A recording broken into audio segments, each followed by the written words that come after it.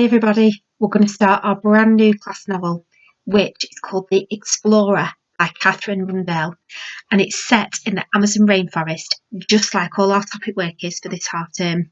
You can get the extracts that I'm going to read on Kids Love Reading, have the first chapter on there, so you might want to print it off tomorrow and share it. The first chapter is called The Green Dark. Fred wondered, as he ran, if he was dead. But, he thought, death would surely be quieter.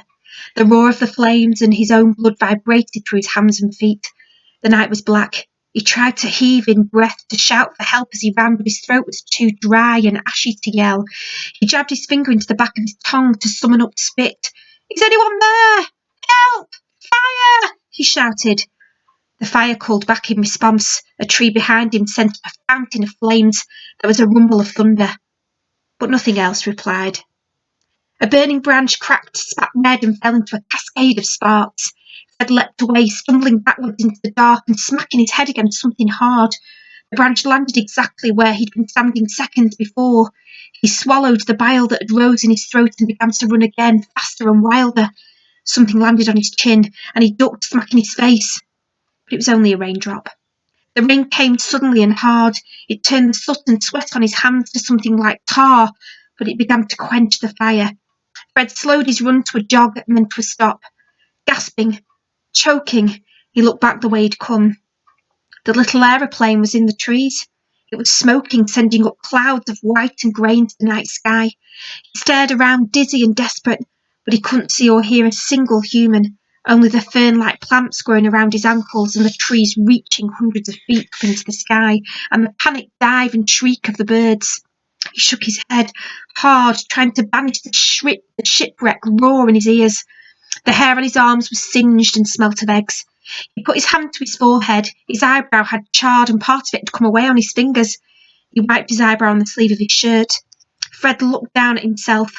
One leg of his trousers was ripped all the way to his pocket, but none of his bones felt broken. There was a vicious pain, though, in the back of his neck, and it made his arms and legs feel far off and foreign. A voice came suddenly from the dark. "Who's there? Get away!" Fred spun round, his ears still buzzing. He grabbed a rock from the ground and hurled it in the direction of the voice. He ducked behind a tree and crouched on his haunches, poised to jump or run. His heart sounded like a one-man band. He tried to exhale. The voice said, "For God's sake, don't throw things." It was a girl's voice. Fred looked out from behind the tree. The light of the moon filtered deep in the green forest floor, casting long-fingered shadows against the trees, and he could see only two bushes, both of them rustling. "Who is it? Who's there?" the voice came from the second bush. Fred squinted through the dark, feeling the remaining hair rise up on his arms. "Don't hurt us," said the bush. The accent wasn't British. It was something softer, and the voice was definitely a child's, not an adult's. "Was it you? Throwing poo?" Fred looked down at the ground. He'd snatched up a piece of year-old fossilised animal dung. "Oh," he said, "yeah." He was becoming accustomed to the dark. He could see the shine of the eyes peering out from the grey-green gloom of the undergrowth. "Are you from the plane? Are you hurt?" "Yes, we're hurt. We fell out of the sky," said one bush. As the other said, "No, not badly." "You can come out," said Fred. "It's only me here." The second bush parted. Fred's heart gave a great leap. Both the girl and her brother were covered in scratches and burns and ash, which had mixed with sweat and rain and made a kind of paste on their faces, but they were alive. He was not alone. "You survived," he said. "Obviously we did," said the first bush, "or we'd be less talkative, wouldn't we?" The blonde girl stepped out into the lashing rain. She stared from Fred to the other two, unsmiling. "I'm Con," she said. "It's short for Constantina, but you can call me, if you call me that, I'll kill you." Fred glanced at the other girl. She smiled nervously and shrugged. "Right," he said, "if you say so. I'm Fred." "I'm Lila," said the second girl. She held her brother on her hip. "And this is Max." "Hi," Fred tried to smile, but it made the cuts on his cheeks stretch and burn, so he stopped and made do with a grin that involved only half of his face moving. Max was at the breathless stage of crying, and he clung to his sister so tightly his fingers were pressing bruises to her skin.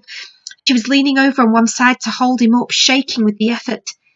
They looked, Fred thought, like a two-headed creature, their arms intertwined. "Is your brother badly hurt?" he asked. Lila patted her brother desperately on the back. He won't talk, he's just crying. Con looked back towards the fire and shivered. The flames cast a light on her face. She was no longer blonde. Her hair was grey with soot and brown with blood, and she had a scratch on her shoulder that looked deep. Are you all right? He asked, wiping rain off his eyes. That cut looks bad. No, I'm not all right, Con spat. We're lost in the Amazon jungle, and statistically speaking, it's very likely we're going to die. I know. Fred didn't feel he needed reminding.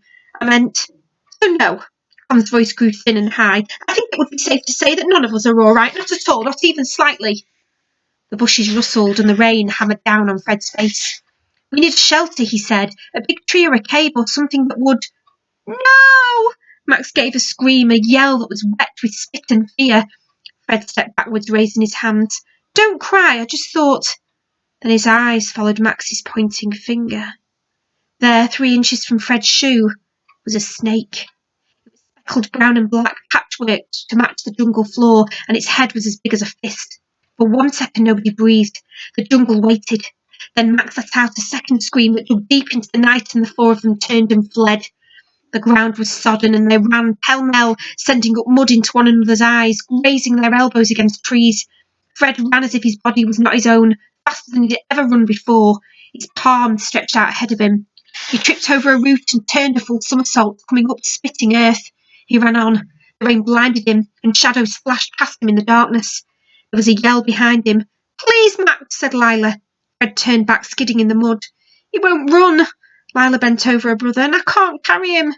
The little boy lay on his back, weeping up to the sky, his whole body shaking in the driving rain. Come on. Fred heaved Max over his shoulder. The boy was heavier than he'd expected, and he screamed as Fred lifted him. But Fred grabbed both of Max's knees and started running, his whole body screaming with pain.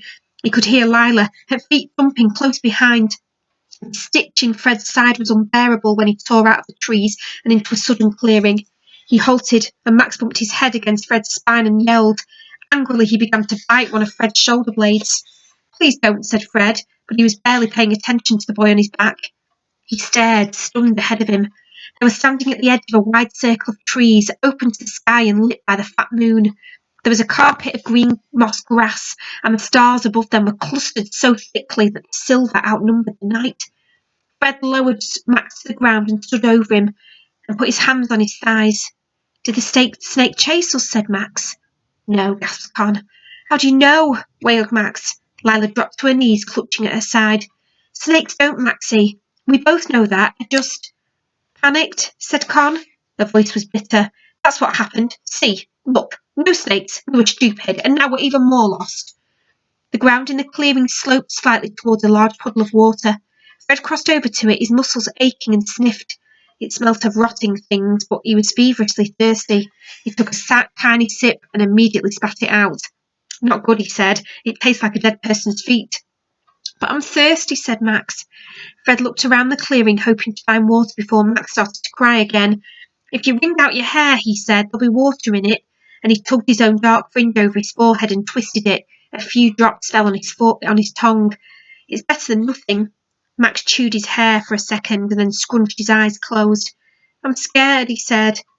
He said it without whimpering, just a simple matter of fact. Somehow it was worse than tears, Fred thought. I know, Lila said softly. We all are, Maxie. And she crossed to her brother and pulled him close to her. Her small bony fingers closed over a burn on her wrist, but she didn't brush him away.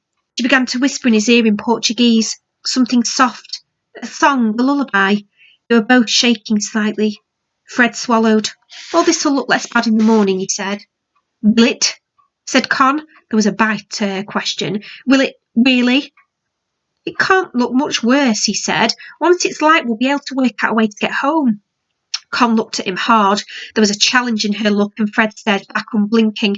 His face was all geometry, chin sharp, sharp cheekbones, sharp eyes. What now, then? She said. Our Mama and Papa say, began Lila. The mention of her parents made her face crease and crumple, but she swallowed and went on. They always say you need sleep before you think. They say when you're exhausted, you think silly things. And they're scientists, so we should sleep. Fred found his whole body was aching. Good. Fine. Let's sleep. He lay down on his side in the wet grass. His clothes were soaked, though, but the air was warm. He closed his eyes. Perhaps he would wake up in bed at school in the morning.